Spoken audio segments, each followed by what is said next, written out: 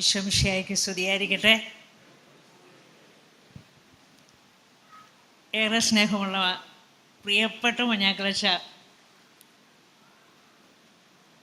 Very reverend father Johnson കല്ലിടിക്കൽ,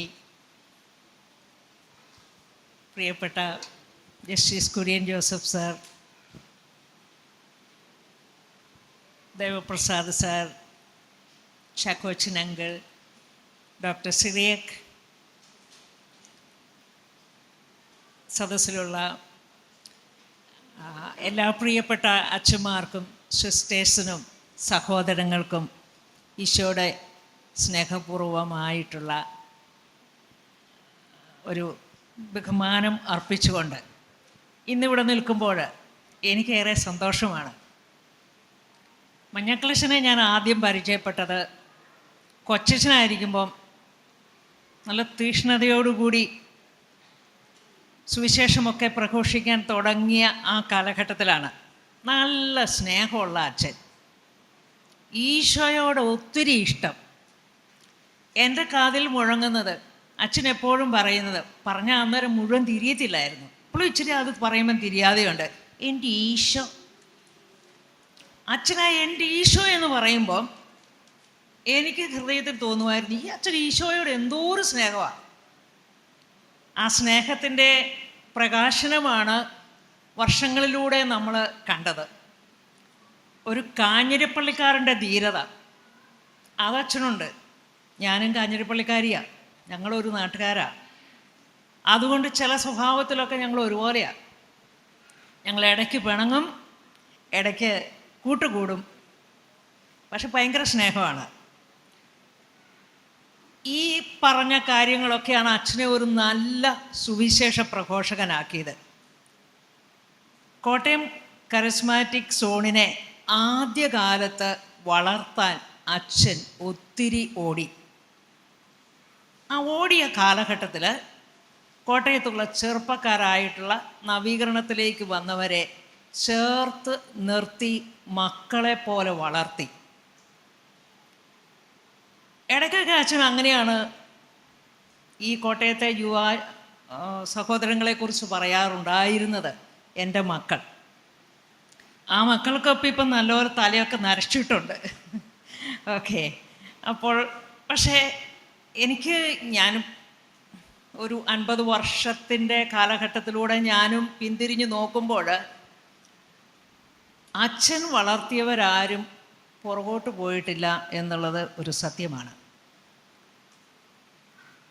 യുവാക്കളെ കൂടെ നിർത്തി വളർത്തുവാൻ അച്ഛനൊരു പ്രത്യേക നായക്കുണ്ടായിരുന്നു. ദൈവം അച്ഛനെ ഒത്തിരിയേറെ കഷ്ടതയിലൂടെയൊക്കെ തന്നെയാണ് വളർത്തിയത്. ചില കാര്യങ്ങളൊക്കെ അങ്ങ് വെട്ടി തുറന്ന് പറയുമ്പം പിന്നെ എല്ലാവർക്കും പിടിക്കത്തില്ലല്ലോ. അത് എല്ലാം ദൈവരാജ്യത്തിന് വേണ്ടിയാണെന്നുള്ളത് കർത്താവ് കണ്ടു. അതുകൊണ്ട് അച്ഛനെ ഇവിടെ നിന്ന് അങ്ങ് പറപ്പിച്ച് യൂറോപ്പിലേക്ക് കൂട്ടിക്കൊണ്ടുപോയി. യൂറോപ്പിൽ അച്ഛന് നല്ല സുവിശേഷ പ്രഘോഷണ വേദികൾ ദൈവമൊരുക്കി. അച്ഛൻ ഈ പറയുന്ന ഇവിടെയൊക്കെ ഇപ്പോഴൊക്കെയുള്ള വലിയ വലിയ പ്രസംഗകരെ ഞാൻ കേൾക്കാറുണ്ട്, അച്ഛനെ അന്ന് മുതൽ ഇപ്പോഴും കേൾക്കാറുണ്ട്. പക്ഷേ അങ്ങനെ ഗഹനമായ ഭാഷയിൽ ഒന്നുമല്ല അച്ഛൻ പ്രസംഗം പറയുന്നത്. അച്ഛൻ യൂറോപ്പിൽ ധ്യാനം നടത്തുന്നിടത്ത് 50,000 ലക്ഷങ്ങൾ വന്നിട്ടുള്ള സ്ഥലങ്ങളുണ്ട്. ഒരു 50,000, 20,000 അങ്ങനെയൊക്കെയുള്ള ഗ്രൂപ്പുകൾ പങ്കെടുക്കുന്ന സ്ഥലത്ത് 1-2 സ്ഥലത്ത് ഞാനും പോയിട്ടുണ്ട്, ഞാനും പോയി കൂടിയിട്ടുണ്ട്. അപ്പോൾ അവിടെയൊക്കെ ഈ വെള്ളക്കാർ മഞ്ഞാക്കലച്ചനെ സ്നേഹിക്കുന്നതും വിശ്വസിക്കുന്നതും അവർ ധ്യാനം കൂടി കൂടുതൽ വിശുദ്ധി പ്രാപിക്കുന്നതും ധാരാളം അച്ഛന്മാർ, സിസ്റ്റേഴ്സ് പിന്നെ അവിടെ അധികമില്ല, എങ്കിലും അവരുള്ളവർ വന്ന് കൂടാറുണ്ട്. ഈ ഗ്രൂപ്പിലൊക്കെ നമ്മളും ആയിരിക്കുമ്പോൾ അവർക്കൊക്കെ എന്തൊരു സ്നേഹം, എന്തൊരു ബഹുമാനം. മലയാളികളായ നമുക്കാണ് നീച്ചമില്ലാതെ പോയത്. നമ്മുടെ കണ്ണൊക്കെ തുറക്കണമെങ്കിൽ കുറച്ച് വിഷമമാണ് നമുക്ക്. പക്ഷേ നമ്മളെക്കാളും ഇന്നസെൻ്റ് ആവട്ടോ അവിടെയൊക്കെയുള്ള ആളുകൾ ഉള്ള സത്യമൊക്കെ പറഞ്ഞാൽ അതുങ്ങൾ പാവങ്ങൾ പെട്ടെന്ന് വിശ്വസിക്കും. അവർ പിന്നെ സ്നേഹിച്ചാൽ എന്തും ചെയ്യും. അപ്പം അച്ഛന് ഗില്ലൻ ബാരി സിൻഡ്രോം ബാധിച്ചപ്പോൾ കേരളത്തിലോ അല്ലെ ഇന്ത്യയിലോ ഒക്കെ ആയിരുന്നെങ്കിൽ കിട്ടാവുന്നതിനേക്കാളും 1,00,000 മടങ്ങ് ശുശ്രൂഷയും കൃപയും വ്യക്തിപരമായ ശ്രദ്ധയുമാണ് ആ യൂറോപ്യൻസ് അച്ഛന് നൽകിയത്. അവിടെ ആയതുകൊണ്ട് അച്ഛൻ രക്ഷപ്പെട്ടു. ഈ ഗില്ലൻ ബാരി സിൻഡ്രോം എന്ന് പറഞ്ഞാൽ ശരീരത്തിലെ മസിലുകൾ വീക്കായി പോകുന്ന, ക്ഷയിച്ചു പോകുന്ന, ക്ഷീണിച്ചു പോകുന്ന രോഗമാണ്. അതൊക്കെ വന്നാൽ രക്ഷപ്പെടുക വളരെ വിരളമാണ്. പക്ഷേ നമ്മുടെ അച്ഛനെ ദൈവം ഈ ഗില്ലൻ ബാരി സിൻഡ്രോം ബാധിച്ചിട്ടും നാവിന് ഒരു കുഴപ്പവുമില്ലാതെ, ബ്രെയിനിന് ഒരു കുഴപ്പവുമില്ലാതെ കാത്തു സൂക്ഷിച്ചു. എനിക്ക് തോന്നുന്നത് അത് യൂറോപ്പിലെ ജനങ്ങൾക്ക് വേണ്ടി കർത്താവ് കാത്തു സൂക്ഷിച്ചതാണ്. ഇവിടെ ചിലർക്ക് നമ്മളൊക്കെ ചിലപ്പം വിചാരിക്കും, അച്ഛൻ യൂറോപ്പിൽ പോയി, ആഫ്രിക്കയിൽ പോയി, അവിടെ പോയി, ഇവിടെ പോയി, അല്ലെങ്കിൽ ഗൾഫ് രാജ്യങ്ങളിൽ പോയി, അങ്ങനെയൊക്കെ ഓരോ കാര്യങ്ങളൊക്കെ പറയും. നമ്മൾ കണ്ടിട്ടില്ലാത്തവർക്ക് ഒരു പക്ഷേ ഇവിടെയൊക്കെ ഓരോ ധ്യാനമൊക്കെ നടക്കുന്ന പോലെ ആയിരിക്കുമെന്ന്. അങ്ങനെയല്ല കേട്ടോ. ഞാൻ പറഞ്ഞല്ലോ, 10,000, അത് തണുപ്പത്തും അല്ലാത്ത സാഹചര്യത്തിലുമൊക്കെ. പക്ഷേ എന്തൊരു ഭക്തിയോടുകൂടിയാണ്. അച്ഛനാകട്ടെ അവിടെ ഇങ്ങനെ സ്റ്റേജിൽ ഇതുപോലെ വീൽ ചെയറിൽ ഇരുന്ന് കുർബാന ചൊല്ലുന്നു. നമ്മൾ വലിയ സുവിശേഷ പ്രഘോഷകർ സ്റ്റേജ് നടന്ന് ഓടി നടന്നൊക്കെ പ്രസംഗം പറയലേ, അങ്ങനെ ഒന്നും പറയാൻ അച്ഛന് പറ്റത്തില്ല. അച്ഛൻ, ഈശോ നിങ്ങളെ സ്നേഹിക്കുന്നു, ജീസസ് ലവ്സ് യു, ഇത്രയൊക്കെയാണ് ആവർത്തിച്ച് പറയുന്ന. പിന്നെ ദിവ്യബലി വളരെ ഭക്തിയോടുകൂടി അർപ്പിക്കും. പാട്ടൊക്കെ പാടുമ്പോഴും അച്ഛന് പാടാനൊന്നും അത്ര വലിയ കഴിവൊന്നുമില്ല, എന്നാലും അച്ഛൻ പാടും. അച്ഛന് ഇഷ്ടമാണ്. ഒന്നായി നമ്മൾ, ഇതൊക്കെ അച്ഛൻ്റെ ഹിറ്റ് പാട്ടുകളാണ്. ഓക്കെ, അത് അവിടെയും ചിലപ്പം മലയാളത്തിലും ഒക്കെ പാടിയെന്നിരിക്കും. അവിടെ മലയാളികളൊന്നുമില്ല കേട്ടോ. ഈ അച്ഛൻ വിദേശത്ത് പോയി ധ്യാനിപ്പിക്കുന്നത് മലയാളി സമൂഹത്തെ ഒന്നുമല്ല, വെള്ളക്കാരുടെ അല്ലെങ്കിൽ യൂറോപ്യൻസിൻ്റെ, അവരുടെ സമൂഹത്തെയാണ് ധ്യാനിപ്പിക്കുന്നത്. അപ്പോൾ ചുരുക്കി പറഞ്ഞാൽ അച്ഛൻ ഒരു സംഭവമാണ്. ഇപ്പോഴത്തെ നമ്മുടെ ലാംഗ്വേജിലൊക്കെ പറഞ്ഞാലുണ്ടല്ലോ, ഒരു മഹാസംഭവമാണ്.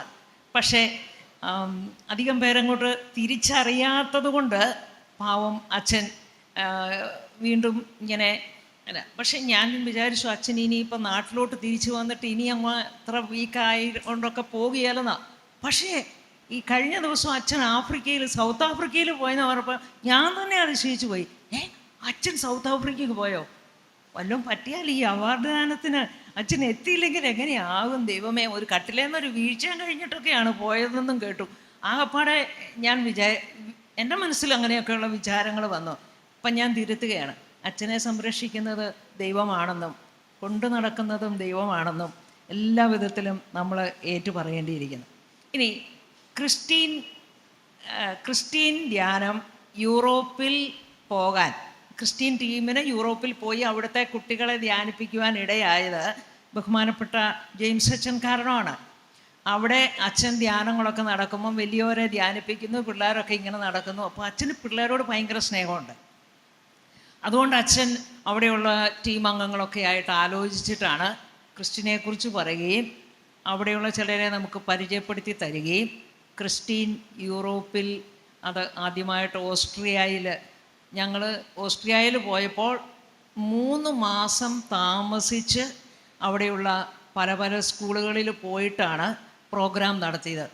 അത്രയും കാര്യങ്ങൾ ക്രമീകരിക്കുവാനായിട്ട്. അപ്പോൾ അച്ഛൻ്റെ ഇൻഫ്ലുവൻസ് അവിടെ എന്തുമാത്രം ഉണ്ടെന്നുള്ളത് നമുക്ക് മനസ്സിലാകുമല്ലോ. അപ്പം അച്ഛൻ പറഞ്ഞാൽ അത് സ്വീകരിക്കാനും പ്രവർത്തിക്കാനും ഒക്കെ ഉള്ളത്. നമ്മളിവിടെ ഈ പടത്തിലൂടെ മുകളിൽ എഴുതിയിരിക്കുന്നത് മർക്കോസിൻ്റെ സുവിശേഷം 1-ാം അധ്യായത്തിൽ 11-ാമത്തെ വാക്യമാണ്. അതിൻ്റെ മലയാളം, ഇവൻ എൻ്റെ പ്രിയപുത്രൻ, ഇവനിൽ ഞാൻ പ്രസാദിച്ചിരിക്കുന്നു. അച്ഛനെ സംബന്ധിച്ച് നമുക്ക് പറയാവുന്ന ഏറ്റവും നല്ല ഒരു വാക്യമാണത്. You are my son. മലയാളത്തെക്കാളും കുറച്ചുകൂടി അത് മീനിങ് ഫുള്ളായിട്ട് തോന്നി ഇംഗ്ലീഷിൽ. You are my son, the beloved, with you I am well pleased. സുവിശേഷം പ്രഘോഷിക്കുന്നവരുടെ പാദങ്ങൾ എത്ര സുന്ദരം. എന്നൊക്കെ നമ്മൾ ആലങ്കാരിക ഭാഷയിൽ അത് പറയാറുണ്ട്, വചനമാണ്. പക്ഷേ അച്ഛ, ഞാനിവിടെ പറയാൻ ആഗ്രഹിക്കുന്നു, അച്ഛൻ്റെ ഹൃദയം എത്ര സുന്ദരം.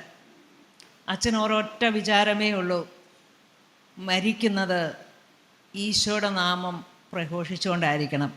അച്ഛത് പല പ്രാവശ്യം പറഞ്ഞു ഞാൻ കേട്ടിട്ടുണ്ട്. പക്ഷേ അച്ഛ, സമയമായിട്ടില്ല.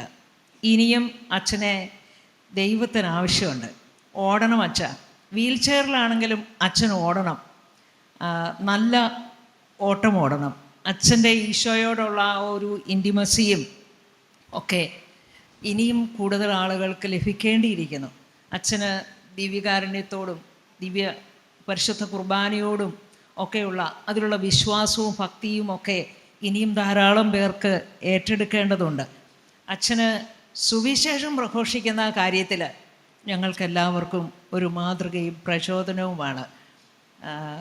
പിന്നെ എൻ്റെ അച്ഛൻ്റെ അമ്മ മരിച്ചു പോയി കഴിഞ്ഞപ്പോൾ എൻ്റെ അമ്മച്ചിയെ ആ അമ്മയുടെ സ്ഥാനത്താണ് അച്ഛൻ കാണുന്നത്.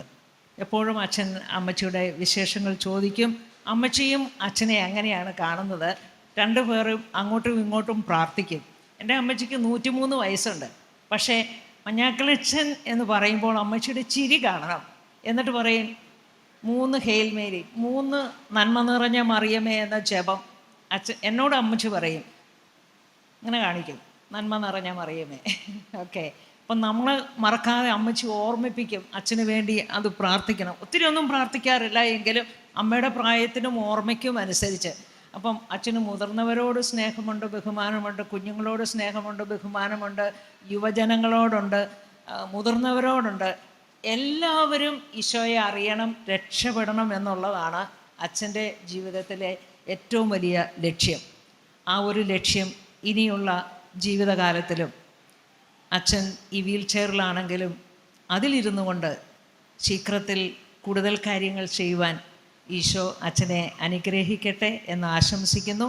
ഞങ്ങളുടെ പ്രാർത്ഥനയും എല്ലാം അച്ഛനോടുകൂടെ എപ്പോഴും ഉണ്ടായിരിക്കും.